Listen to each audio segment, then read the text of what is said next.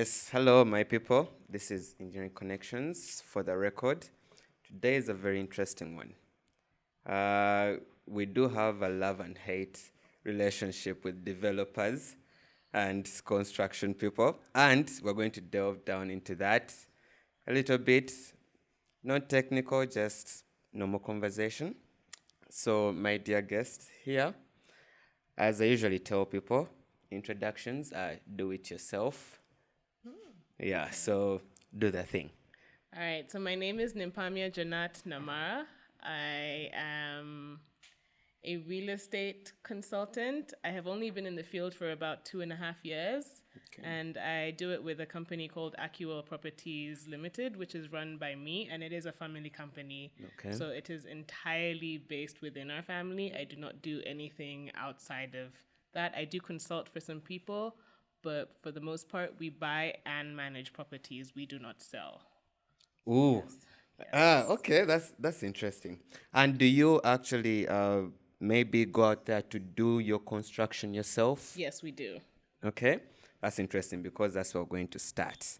Okay. And one is I know the way I started this conversation is, with real estate people, the reason why this is so close to home is there is no real estate without the construction bit, right? Yes. But weirdly, is real estate is booming, is headed somewhere, and you're going to find that the construction of course, the big projects, let's say the skyscrapers, are definitely handled by farms. But if you go down to the normal residentials, that what is booming actually? Yes, the apartment Estates, buildings, the residential houses, Yeah. that sort of thing. Yeah, it's being taken up by a certain industry, which I want to call a bit informal. I don't know if you've experienced that. It's entirely informal. It's not a bit informal. It's Yeah. entirely. So I wanted to get your take on how do you do your procurement, one of professionals, if you're going to maybe do some renovation or actual construction, and also how do you do procure like your material? Just walk me through. Just Right. Yeah. So for me, starting out, I started doing the construction bit with my mother. Okay. Back in the day, I must have been around 14, 15, and she was constructing her residential house. And they believed in hands-on training. So Definitely. I would go and I would spend the whole day at the site, and they would lay a foundation and they would tell me all of those things. So the people that I hire are people who have had prior relationships with people that I know. So for So it's example, relationships yes, through. it is. It's through people that I know and work that I've seen. Okay. Or for example, like if I go to Chanja on the Ring Road and I see something that's nice and I like it, and I will stop. You If call Ken, can you do this? No, I will not call Ken and say, "Can you do this?" But I will ask the person who is there, because usually before the building is complete, there's an askari, Yeah. some random person that will tell you, engineer, tell you what number you know. Yeah. And then Yeah. you just ask around. In Uganda, basically for me, it is word of mouth. I call someone who knows someone who knows someone who knows someone To get to get that person. that yeah. person. And there's always, what I've found is there's not just one person. Yeah, There's one person definitely, that yeah. will do the foundation for you. There's another person that will do the roofing. There's another person that will do the plumbing. But usually by the time you get the person that's going to do the foundation, they know that they have a person who can do the roofing for you the way you want to do it. Procurement of materials, that's a very tricky one. Yeah. That's one that's very frustrating, especially if you have so many things to do. You cannot be there all the time. So Yeah, definitely. initially, what I was advised when I first started was to go to the hardware shops myself. Now, the problem is hardware shops in Uganda are just scattered. Like, this one sells cement and like a few pipes. And Yeah. This one sells a few screws for this. So you have to go to so many different places Yeah. to find the things that you need. And then on top of that, the prices are not standardized. Yeah, definitely. So the what are they called? The mufundi. Yeah, the fundi guys. Is writing for you a quotation. He's like, Madam, cement is 30,000. And this is the 28,000. And then you need drywall for 30,000. So like, the prices are not standardized. And then on top of that, you're not sure if what they're telling you Is actually is the actually market price. the market price. Yeah, So yeah. for them, they would prefer you give them the money, then they buy for you. But then I'm thinking you don't go does that no, route. I did not go that route because that route you're building someone else's house instead of yours. Yeah, yeah, yeah. But I've tried to establish relationships with specific hardware shops where I will call and Oh, yeah, say, yeah. we need this many bags of cement, I need this many size of And pipes, the and then they transport. will transport them there, and then I will go and pay the bill myself. Okay. So basically, that when I listen to you and you say why you guys are making the informal guys rich is, I think you're very uncomfortable with like the structure of how like construction works. I'll give you an example, right? Now, yeah, definitely for normal projects, word of mouth is good, like because you can't do like how they do public procurements, look for farms and what and what. But chances are that if you created a relationship, right? Hear me out, because this is not what is there. It's not the market. But Yeah. let's say there is this farm who is like they're like your go-to people, right? So like you said, they are, everyone knows who can do what, Yes. like after the fact, whatever they do, if it's a foundation, like you find someone can do the plastering, the what. Now, what you guys do is you try to be the farm, the contractor, right? Now that is when like you find things, you have to do the procurement yourself. That's why I wanted to like ask you about that. And you have to do the supervision yourself. And like what do you intend to save? I don't know if you see that, but do you actually save, in like your opinion?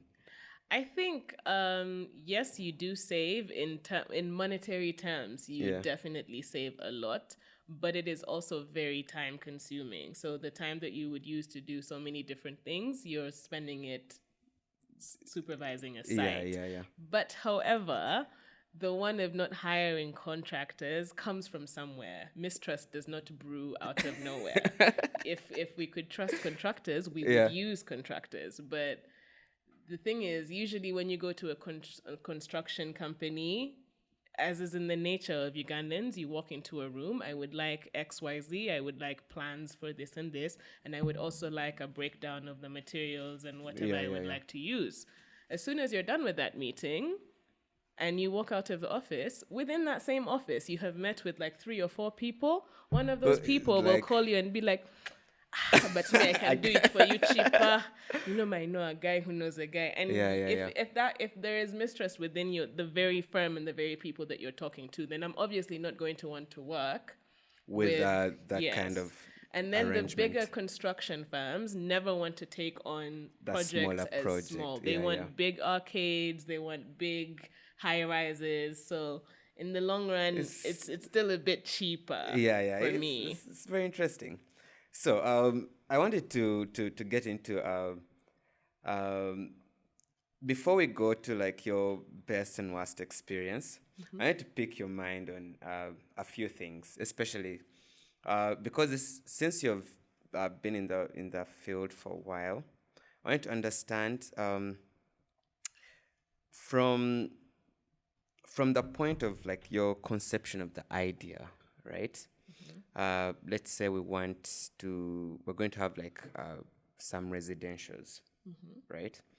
How do you go through that process to fruition? Like, do you get plans, let's say, from the internet, and No. or like just your example, like do you just see a house somewhere, like if what's the process like you go through, Right. and especially before you answer, even if you're comfortable to go into the financing bit, because some of our listeners might want to enter the business. Is it bank financed? Is it, if you're comfortable to go that route? Sure. I actually have a perfect example for you. I am starting a project that is going to involve apartment buildings next year. Okay. And the concept of it was originally I just wanted to construct 2 apartment complexes, but I realized that a commercial building is probably better to have 2 levels of shops at the bottom and then apartments at the top, Yeah. and then turn those into Airbnbs. But however, how I went about that is because in Uganda there's also different ways to do things, right? Depending on where that plot is located, now Yeah. demands a different set of things. You Yeah, cannot just yeah, wake yeah. up in the morning and just get a plan off of the internet. Yeah, and because do if it's that. in Chira, you have to go Yeah, through you have a to lot go of. through the system Yeah, yeah. itself. So usually what I have done so far is I have hired an architect Okay. who will go ahead and listen to your idea, and they'll show you what they've done. There's very few in Uganda, but there's a few that are reputable. And then they design the plans, and then after that we submit them to KCCA. So for that bit, I do not skimp Yeah, on yeah. the foundation of the plan cannot be skimped on, Yeah, because yeah, now true. you're You kinda have to be compromising the legit. safety Yeah, of yeah. the building. You've not planned for drainage. You've not planned for, these are things that people take for granted, granted and a lot in it comes Uganda. back. And then it becomes much more evident later when people have occupied the building, and now you're having wrangles with Yeah, the yeah, LC1 yeah. and the chairperson and all of that stuff. So I go through an architect, and then they design the plans, and then after that I submit them to KCCA, and then we move forward from there. Okay. And then, of course, you as you've said, you find someone who can do it. Now, for example, actually, let's use that as a very good example. It is a high-rise building. Yes. So, what's your plan for So professionals? because it's a high-rise building, Yes. this time I have to hire a construction company, Yeah. because now I cannot guarantee whether, because that becomes, the physics of that become different. Yeah, The building can collapse. If it's not done right, then you're putting so many lives at risk. Yeah, yeah. And that's not something that I want. And also, plus the quality of the building, because it's quite a big investment, and the return on investment also takes Time. years, Yeah, a yeah, lot yeah. of time. So it's not a short-term thing. So you'd rather get it right the first time without having, because I have found that I have bought houses that are already complete and then had to do the repairs of whatever shoddy job was done before, and that has been the worst experience. And it's interesting because it's a double-edged sword, right, for you guys.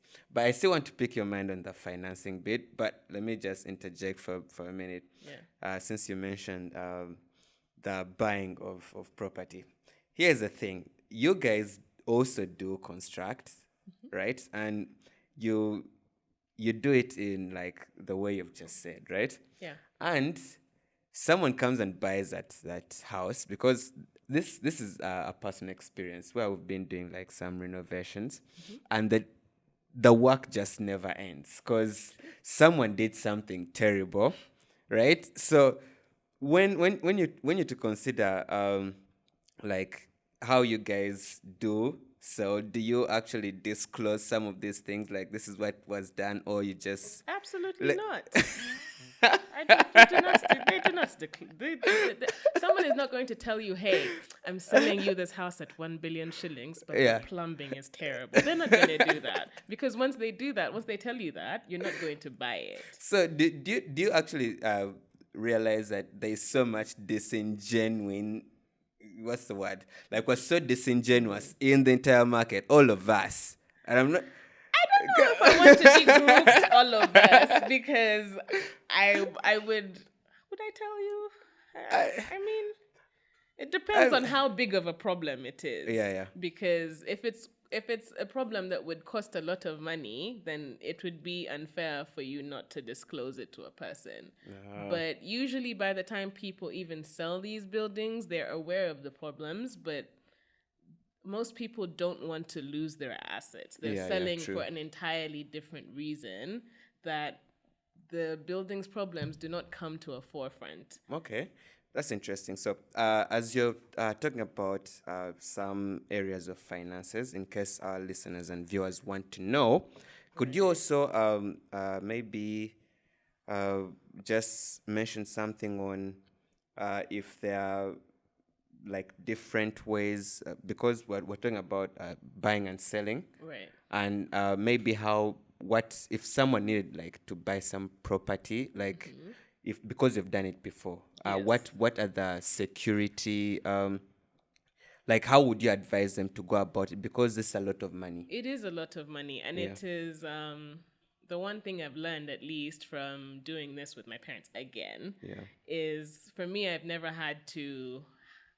I had somewhere to start, but I do know that most people want to get these properties in a short amount of time. You want to have a whole 12 apartment building in 6 months. Yeah, yeah. Which is most likely going to be quite expensive. But I definitely think that starting small is usually the best thing. Yeah. So what has worked for me was to start small and then mortgage what I owned and then use the equity to buy the next thing, and then keep so that's why hence they're not selling. So you rent, or you turn it into an Airbnb, or you, as long as there's money coming out of it, because it's completely different for a residential house that you're going to live in. Then that you would have to find a specific source of income that is going to pay off your debt. But the bank route is definitely the most secure, at least for me. And then if you have a prior property, you can mortgage that property and use the equity of that property to finance the next one. And then rent these ones out and space it out. So you have to make sure that the deal that you're getting with the bank is also a good one. And long term. And a long-term one that does not financially stretch you. Isn't it? Don't you almost find yourself paying almost twice for such deals, the long-term deals, like when you're paying back the mortgage? Not exactly twice. All but the deals are usually tailor-made. Not usually tailor-made, because the APR in Uganda is quite high. But depending on how you negotiate, you can get a lower APR, about 18% to 19%. And then if you're paying it over the stretch of 10 to 15 years, you will find that if you have borrowed 400 million, you'll find that you have paid an extra 150, which is reasonable. But then it becomes a problem if you default. Then So now if you're defaulting constantly, my people, do not default. You default, you risk losing what you made, what you had mortgaged, and then plus what you had bought. So if you're guaranteed, so now it would turn into how you manage your properties. So once you get them, are you putting your tenants on pressure, regardless of COVID-19? But are you putting them on pressure? Are they paying? Are they not destroying the house? Do you have rules? Do you check every 3 months? These are things that we take for granted in this country. You give a tenant your house, and you never show up. You don't know whether they're destroying the wires. You don't know whether by the time they leave your house 3 years later, it's dilapidated. And this is something I have also done. Yeah. I gave a house to a tenant, and she moved out. She had been in it for around 4 years. I never got into it. When she moved out, somehow she had rewired the whole house. There was live wires in the ceiling, and the sockets were everywhere, and the walls were. So now the rental income that she had been paying for the last 4 years has to kind of cover that.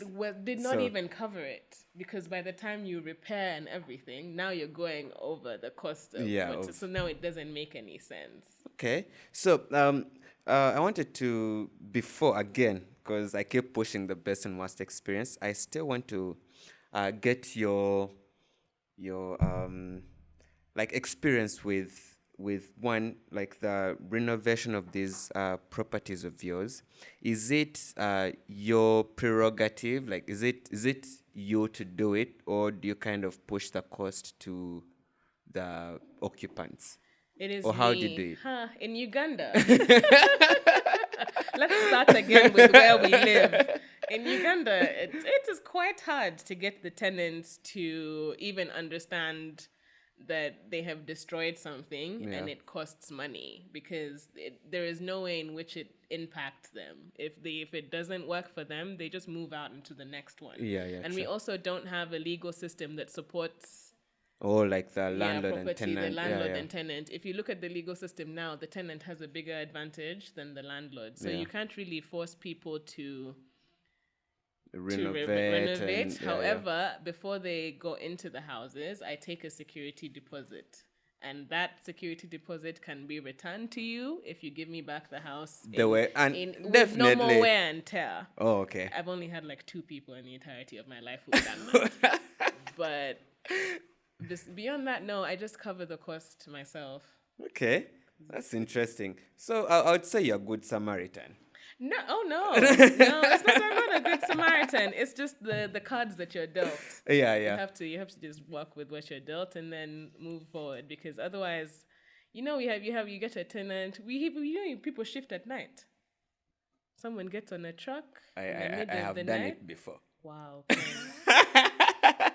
Wow. You see, I'm joking. We're the people we're talking about. But so, still on the maintenance bit, right? Hear me out, because we do share ideas, right? Is there because the industry cannot remain the same forever. Do you understand? And we always come up with new ways. In fact, the security deposit was kind of a new thing recently for normal tenants, because usually guys used to just come and pay. If it's 3 months, it's 3 months. But now they do require you to pay for 4 months. Yes, and one of it is a deposit. For the security, yes. So of course that came about because some of these things arose, right? Yes. Now, is there a way of getting a construction firm on retainer, where you pay them some money off your monthly rent on a retainer, and you just keep calling them, you're like, you need to go and fix this for this tenant. You need to go and do this. Definitely. Would that make some good sense? That would make sense. That would make financial sense for somebody who owns a huge number of apartments, right? Yeah. So it's one company, and they contract one company to constantly do the repairs, which is where we are heading, because a lot of people these days are constructing big buildings, and they have multiple properties all over the country, and they don't want to have to deal with different people, so many different people, because it can also become hard to keep track of. Yeah, true. That's so where just we're one heading. invoice. One per invoice, month? yes. But however, the one thing that I think people within the construction area should do is we need some form of standardization. Like a person like me who knew nothing about real estate before I got into it, I didn't know the first thing about how to acquire land, where to buy things. There's no online lesson on where to apply for permits and where to buy things and which truck is going to deliver what and what kind of sand is needed. So you end up walking into a place and they're telling you, oh, you need this, or you need this, or you need this, and you don't know anything they're talking about. And if you go online, you will not be able to find this information actually, because the way we construct in Uganda is completely different from the way other countries construct. At least for the African continent, it's different. And there's no form of information. There's no form of... So I'm just relying on you, Ken, your word of mouth. Jay, we need to put here sand. I tell you there, we put this, and then... Even you and guys, you also have to base, you're kind of like, skeptical. Right, when you're talking to a construction person, they're also just guessing. They're like, yes, so I think, no, Lero Tugendako is 2 sand trucks. He's also just guessing. Or like, he tells you, oh, I need 30 bags of cement today. Then you bring them, then he calls you at 1, he's like, oh, they're done. So now there's no form of... You see, the problem with that is you're getting that you're pushing the blame to like a standardized industry. It is actually standardized. It's just it is. It is because that's what professionals do. Why does a can of paint in Bukoto cost differently from the one in Nansana? Think about it. It's literally economics of things. For that, But then that's unfair. For that, Because you're going to have the same, if I'm constructing Bukoto living yeah, within Chira, those are the same materials needed to construct in Bukoto living Yes. here. Why is it that I have to buy a different kind of paint because I'm buying from Bukoto as opposed to, it's the same building. So why aren't the prices standardized? Why is it that you get to dictate the price of cement because today your truck driver who was delivering it charged you an extra 20K? yeah, That's not but my problem. it's kind of how can I put it this? Look at it as you're going to like a shop here and you can buy a loaf of bread, right? And then you're choosing to go and buy it from Acacia, right? The economics of getting it from Acacia and getting it at your nearby shop are different, right? Now, if you're to switch that and your nearby shop is far and Acacia is right next to you, right? The economics still, the bread at Acacia may be as expensive as you getting it from afar because still it's different. Now, I don't know. I don't think I agree with that. It's what happens, Yeah. but I don't agree with the practice because definitely, and why are we doing where I think your reservations come from, it's usually professionals do scheme off the top, right? so you're admitting to fraud. I didn't say we do it, but they do scheme off the top, right? Because if it just there's no standard way of paying professionals in Uganda yet. You understand? If you're to engage an engineer, some countries do have like a standard. If it's 3 million, we don't really care what he's doing. That's the going rate for that. So if it's to do for you a professional job, you know what you're paying. But some will come and tell you, I want you to build for me like a castle, right? And he's telling you he's paying you 600,000 for your work. You understand? It happens. You see the economy also. You're so sick. Yeah. But it's understandable, but that's what is happening. So the price fluctuation, actually, I would want to give you my stance on this, and probably you can maybe have a better understanding. The construction in Uganda, the price is very price elastic in that any increase in just a unit price of something, let's say cement, let's say even professionals, if I'm to increase my rate from let's say 100,000 per day to 115,000 per day, you might actually go and look for someone else. That is how elastic like the demand is, including cement. If it increases by just 100 shillings, there are so many shops and what. You understand? So you're going to find that the industry is not benchmarked on the actual quality of the work. You understand? It's benchmarked on what is the price, and whatever I'm getting, does it work?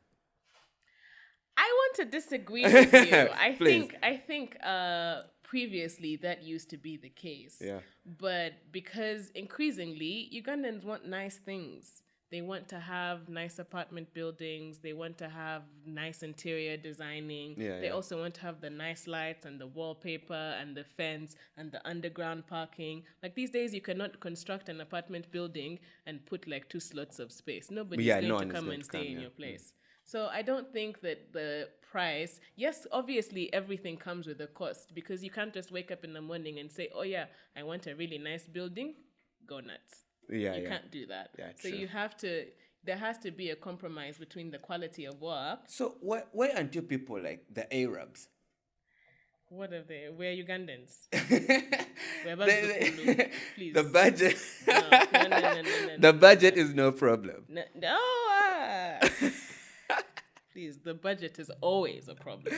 Because I have this thing I naturally don't even want to see my construction engineers, especially when it comes to repairs or construction. Repairs, every time you see a guy, he's like, "Ne madam, wali cheta sans." Like So there's every always time something there's new, always right? something. You always have to do something. Like it's just you're not nice people to look at, to be honest. Like I like you when I you're know. done and you have Yeah, gone, and but you're not the best people to interact with because it's demand after demand after demand, yeah, and yeah. an unexplained demand at that, which is usually my biggest problem because we are not aware of what it is that you're doing and to the detail Oh, that we yeah, need that it you, to be yeah. done. So most people, like recently, one of the architects that I was working with is doing for me a bill of costs or bill of Yeah, something like that, and he BLQ, bill of bill of quantities, yeah. quantities. I have never had that before. It's just some guy guessing how many things. So I was actually like, when someone does something to the level of detail that you want them to do it, at, Yeah, you're yeah, just yeah. like, wow, And your relationship actually grows from there. gross. So I Yeah. was sitting in his office. He even had a flat screen, and he was showing me. I was like, wow, yeah, yeah. At that point, I was just like, yeah. You do what you. Take my money, Yes, if please. someone, I don't even think that Ugandans want to be cheap. I think that there's a certain lack of professionalism within the industry That itself. I agree. Yeah. So you tell someone, yes, let's meet at 8. They show up at 10:30.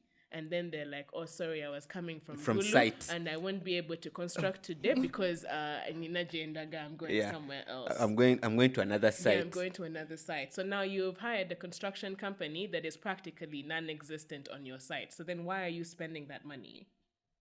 Makes sense. Which means you're now preempting your bad experience. Let's start there.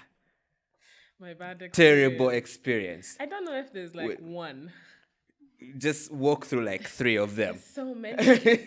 There's so many. So that our viewers kind of like get to know if they're to jump into this business, like how to navigate these waters. I think when it comes to bad experiences, I want to say like, I don't want to discourage anyone, but there's like 60% to 40%. So the bad experiences are like at the 60, Yeah, and then yeah. the good experiences are like at the 10%, and then the in the middle, like Yeah. just there in the middle, like it's not bad, it's not It's not good. good, yeah. But as far as experiences for me, the biggest one has been materials. You hire someone, you give them the materials and the work to do. So I hired a construction engineer. I told him I wanted to do repairs on some units, and I had bought them and they had some few issues. The roof was leaking and all of that. And so when I hired him, obviously he had a standard price that he could not negotiate on, but he was one of the best roof tilers that we have heard of in Uganda. Apparently. Now, because he's such a big man, and this I'm going to relate back to me being a woman in real estate, which is an entirely different experience for what it would be for you. So most people, when I am talking to them, even most men, because of my age one, the accent doesn't help. Yeah. And then The kind of like she and then just being fell. a woman, She fell in things. Yeah, so as a client, you're trying to talk to them and you're trying to understand what they're doing, and they immediately dismiss you. Yeah. And because they're dismissing you, they're also not attaching the same value you attach to the work that you need to be done. Definitely. So I hired someone, paid him 50% of what he needed to start, bought the materials, told him I would be there next morning, and it took him almost a week and a half to show up. And yet you had paid your And yet money. I had paid the money. Now I have learned in Uganda, you do the work first and then I pay, not the other way around. Once you pay a person, they just disappear. They disappear. They just disappear. So that's definitely one of the bad experiences I've had. A lot of the experiences I've had have been bad for me. I want to say entirely because I'm a woman. And also maybe lack of professionalism. Yes, I think, and the lack of professionalism. So most people who are in the construction space are men. I actually haven't worked with a single woman unless it's in a hardware shop. So I haven't met a woman who's like, yeah, I do real estate, or yeah, I can do your roof for you. And if I did, I would immediately hire an entirely female staff. Wow, that is very, very sexist of you to say. No. I mean, you're already more than represented within the space, so it wouldn't hurt to have a few more people like me. Yeah. But generally, the bad experiences that I've had have been mostly financial. People stealing from you, Yeah. and people not doing their work on time, and a general lack of professionalism, and then also not doing the work properly. Yeah. So people do something, they construct a building for you.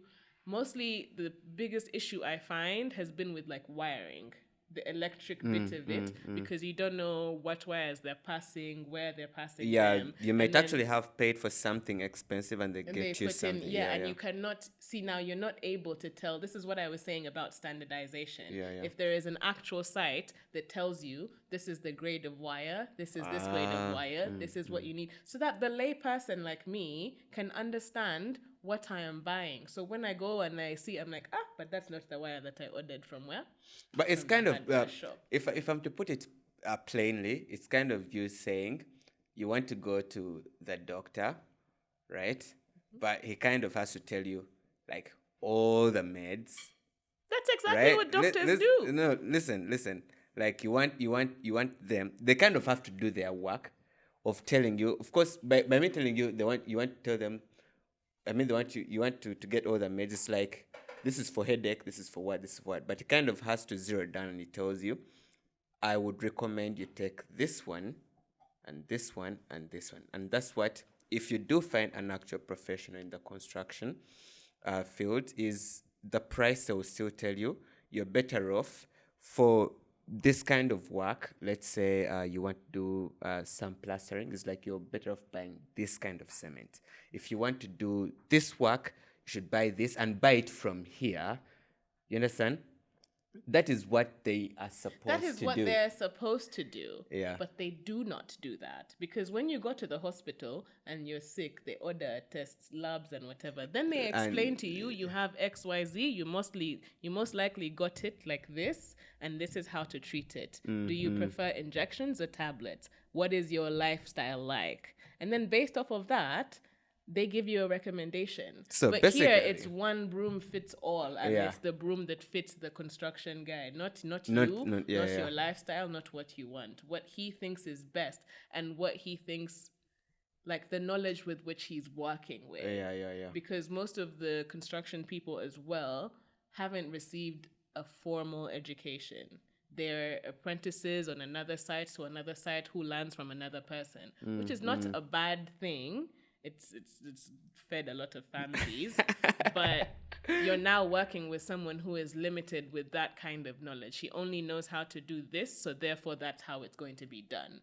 And he will not tell you that you have another alternative, because even he does not know that there is another alternative. Maybe just indulge just one. Go look. They're out there. The very good firms who will give you, actually even considering the same price range, but more professional work. Let's go to your best experience. My best experience, it was with the architect. That was my best experience. That was my best experience. I definitely walked into a space that was very professional and very organized. And for me, I think the takeaway from that was the level of which things were explained to me. There was a timeline, a project, like we're going to do this from this time to this time. We're going to do this at this point. There is why. And actual costs. There is a breakdown of costs. I am going to charge you 3 million shillings to do this because I will be working on this for 4.5 days. Per Monday, I'm paid 50,000 shillings to 60,000 shillings. I also have to carry out geotechnical tests and all of that.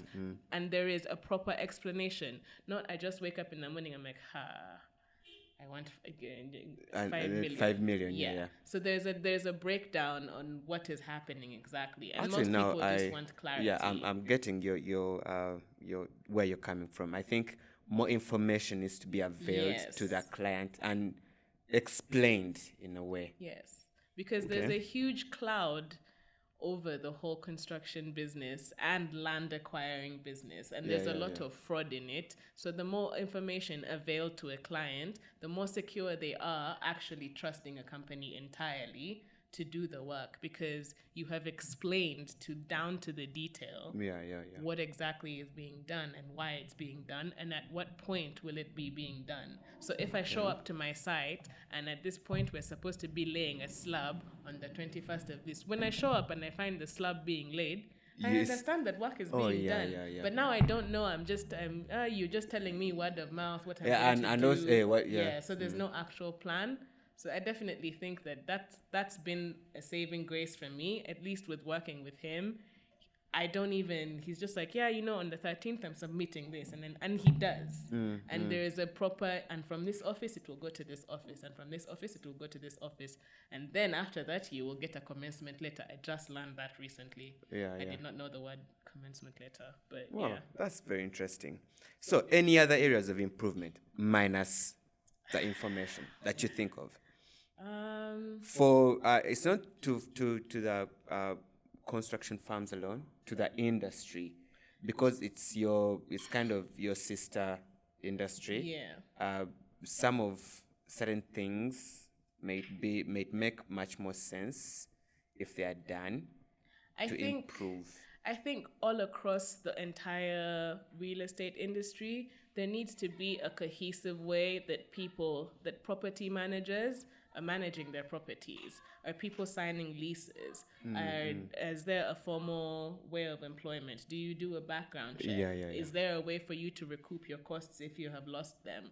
Do you do every 2 months, do you check out your houses to see if there are problems? Because if we make these normal and we make these part of the way we handle properties and everything, then the clients and the tenants that we get will not find this so aggravating and such an invasion of their privacy and wasting their money. So it becomes a habit that becomes part of life, which makes the whole process so much easier. And actually, it's interesting that you've mentioned that.